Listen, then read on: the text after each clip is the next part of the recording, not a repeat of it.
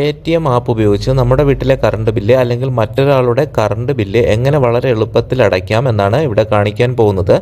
Paytm വഴി current bill അടയ്ക്കുമ്പോൾ നമുക്ക് ചെറിയ ഓഫറുകൾ വഴി റിവാർഡ്സും ലഭിക്കുന്നതാണ്. അതുപോലെ ഒരു തവണ നമ്മൾ കറണ്ട് ബില്ല് പേടിഎം വഴി അടച്ചു കഴിഞ്ഞാൽ പിന്നീട് നമ്മൾ കറണ്ട് ബില്ല് അടയ്ക്കുമ്പോൾ ബിൽ നമ്പർ ഒന്നും നമ്മൾ ടൈപ്പ് ചെയ്യേണ്ട ആവശ്യമില്ല. അതുപോലെ നമ്മുടെ വീട്ടിൽ കറണ്ട് ബില്ല് വന്ന് 1-2 ദിവസത്തിനുള്ളിൽ തന്നെ നമുക്ക് വാട്സപ്പ് വഴി നോട്ടിഫിക്കേഷനും വരുന്നതാണ്. കറണ്ട് ബില്ല് അടയ്ക്കുന്നതിന് സമയമായി എന്ന്. അപ്പോൾ നമുക്ക് വളരെ എളുപ്പത്തിൽ മറന്നു പോകാതെ ബില്ല് കൃത്യസമയത്ത് അടയ്ക്കാനും സാധിക്കുന്നതാണ്. പേടിഎം ആപ്ലിക്കേഷൻ സംബന്ധിച്ച് നിങ്ങൾക്കുള്ള സംശയങ്ങൾ നിങ്ങൾ തീർച്ചയായും കമൻറ്റ് ചെയ്യുക. പേടിഎം സംബന്ധിച്ച് കൂടുതൽ വീഡിയോകൾ കാണുവാനുള്ള പ്ലേലിസ്റ്റും ഈ വീഡിയോയുടെ ഡിസ്ക്രിപ്ഷനിൽ കൊടുത്തിട്ടുണ്ട്. അപ്പോൾ നമുക്ക് എങ്ങനെ കറണ്ട് ബില്ല് അടയ്ക്കാമെന്ന് നോക്കാം.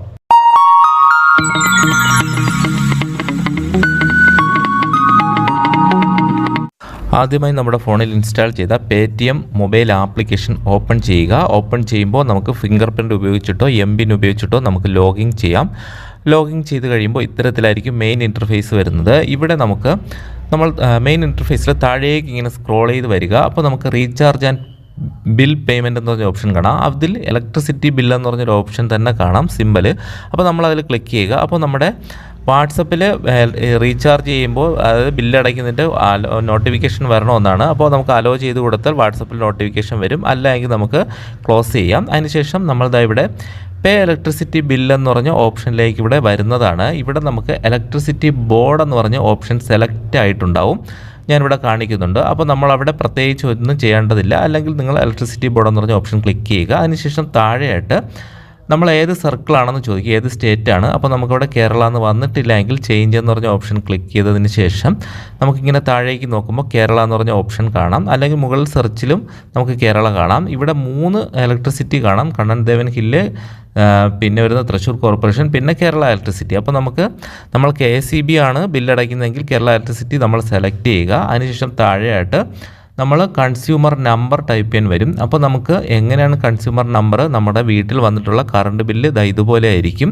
അപ്പോൾ ഇതിൽ ഇവിടെ കാണാം ഒരു ഹാഷ് ടാഗോടുകൂടി ഒരു 13 അക്ക നമ്പർ. ഈ നമ്പറാണ് നമ്മളിവിടെ കൺസ്യൂമർ നമ്പർ എന്നുള്ളിടത്ത് ടൈപ്പ് ചെയ്യേണ്ടത്. അപ്പോൾ നമ്മൾ പ്രത്യേകം ശ്രദ്ധിക്കുക. നമ്മുടെ ഇലക്ട്രിസിറ്റി ബില്ല് എടുക്കുക. അതിനുശേഷം അതിൽ നമ്മുടെ കൺസ്യൂമർ നമ്പർ കാണും. ആ നമ്പർ ഇവിടെ തെറ്റാതെ നമ്മൾ ടൈപ്പ് ചെയ്ത് കൊടുക്കുക.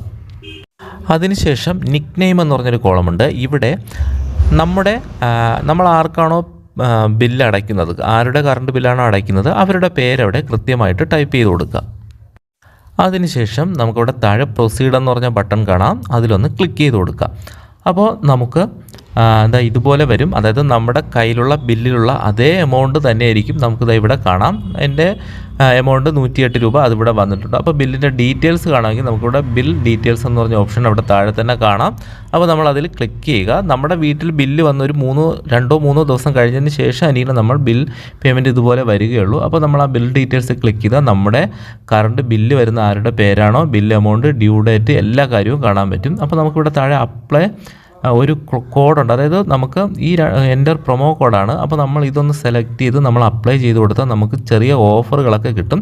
അപ്പോൾ നമ്മുടെ ബില്ല് എമൗണ്ട് ചെറുതായിട്ടൊന്ന് കുറഞ്ഞ് കിട്ടുന്നതിനുള്ള സാധ്യതയുണ്ട്. അല്ലെങ്കിൽ നമുക്ക് റിവാർഡ്സ് പോയിൻ്റായിട്ട് നമുക്ക് പിന്നീട് നമ്മുടെ പേടിഎം അക്കൗണ്ടിലേക്ക് പൈസ വരുന്നതാണ്. അപ്പോൾ നമ്മൾ അതെന്തുകൊണ്ടാണെന്നാൽ അപ്ലൈ ചെയ്യുക. അതിനുശേഷം പ്രൊസീഡ് ടു പേ എന്ന് പറഞ്ഞാൽ താഴെ കാണുന്ന ബട്ടണിൽ ഒന്ന് ക്ലിക്ക് ചെയ്യുക. അപ്പോൾ നമുക്കിത് ഇത്തരത്തിലൊരു ഓപ്ഷൻ വരും. അതായത് നമ്മുടെ പേടിഎം ബാലൻസ് ഉണ്ടെങ്കിൽ അതായിരിക്കും ഫസ്റ്റ് വരുന്നത്. അതിൽ നിന്നും പൈസ അടയ്ക്കണോ, അതേപോലെ പേടിഎം പേയ്മെൻറ്റ് ബാങ്ക് ഉണ്ടെങ്കിൽ അതിൽ നിന്ന് അടയ്ക്കണോ. ഇനി നമ്മൾ പേടിഎമ്മോട്ട് ലിങ്ക് ചെയ്ത് ഏതെങ്കിലും ബാങ്ക് അക്കൗണ്ട് ലിങ്ക് ചെയ്തിട്ടുണ്ടെങ്കിൽ അത് നമുക്ക് സെലക്ട് ചെയ്യണമെന്നാണ്. അപ്പോൾ നമുക്ക് അതല്ല നമ്മൾ ഏതെങ്കിലും ATM കാർഡ് നമ്മൾ ആഡ് ചെയ്തിട്ടുണ്ടെങ്കിൽ അതിൽ നിന്ന് സെലക്ട് ചെയ്യണമെന്നുള്ളൊരു ഓപ്ഷനാണ്. ഇനി നമ്മൾ കാർഡൊക്കെ ആഡ് ചെയ്യാനുള്ള ഓപ്ഷനും താഴെയുണ്ട്.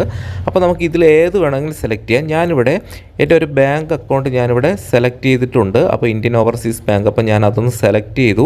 ചെക്ക് ബാലൻസ് എന്ന് പറഞ്ഞൊരു ഓപ്ഷൻ കാണാം. അപ്പോൾ അതിൽ ക്ലിക്ക് ചെയ്ത് കഴിഞ്ഞ് നമ്മുടെ ബാങ്കോട്ട് ലിങ്ക് ചെയ്തിട്ടുള്ള ഇതിൻ്റെ UPI പിൻ നമ്പർ നമ്മൾ ടൈപ്പ് ചെയ്ത് കഴിഞ്ഞാൽ നമുക്കിവിടെ നമ്മുടെ ബാങ്കിൽ എത്ര ബാലൻസ് ഉണ്ടെന്ന് നോക്കാം. അപ്പോൾ നമുക്ക് ഈ പൈസ അടയ്ക്കാനുള്ള ബാലൻസ് ഉണ്ടോ എന്ന് നമുക്കവിടെ അറിയാം. അപ്പോൾ എൻ്റെ അക്കൗണ്ടിൽ 500 രൂപ അധികമുണ്ട്. അപ്പോൾ നമുക്ക് ബില്ല് 108 രൂപയുള്ളൂ. അപ്പോൾ ഞാനിവിടെ പൈസ അടയ്ക്കുന്നതിന് വേണ്ടി പേ എന്ന് പറഞ്ഞ ഓപ്ഷൻ ക്ലിക്ക് ചെയ്യുകയാണ്. ബട്ടണിലൊന്ന് ക്ലിക്ക് ചെയ്തു. അപ്പോൾ നമുക്ക് വീണ്ടും നമ്മൾ ഈ ബാലൻസ് ചെക്ക് ചെയ്ത് അതേ UPI പിൻ നമ്പർ തന്നെ വീണ്ടും ഒരിക്കൽ കൂടെ നമുക്ക് ടൈപ്പ് ചെയ്യാനുള്ളൊരു ഓപ്ഷൻ വരും. അവിടെ നമ്മൾ ആ പിൻ നമ്പർ നമ്മളോട് ടൈപ്പ് ചെയ്ത് കൊടുക്കുക. ടൈപ്പ് ചെയ്തതിന് ശേഷം താഴെ വലത് സൈഡ് കാണുന്ന ടിക്ക് മാർക്ക് കാണാം. അപ്പോൾ നമ്മൾ ആ ടിക്ക് മാർക്കിലൊന്ന് സെലക്ട് ചെയ്ത് കൊടുക്കുക, ക്ലിക്ക് ചെയ്യുക.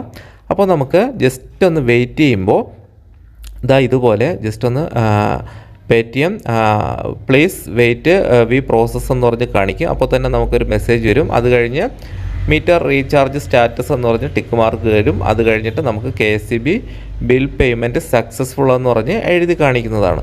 അപ്പോൾ ഇതുപോലെ വളരെ എളുപ്പത്തിൽ നമുക്ക് പൈസ ട്രാൻസ്ഫർ ചെയ്യാം, അതായത് ഇലക്ട്രിസിറ്റി ബില്ല് അടയ്ക്കാൻ സാധിക്കുന്നതാണ്.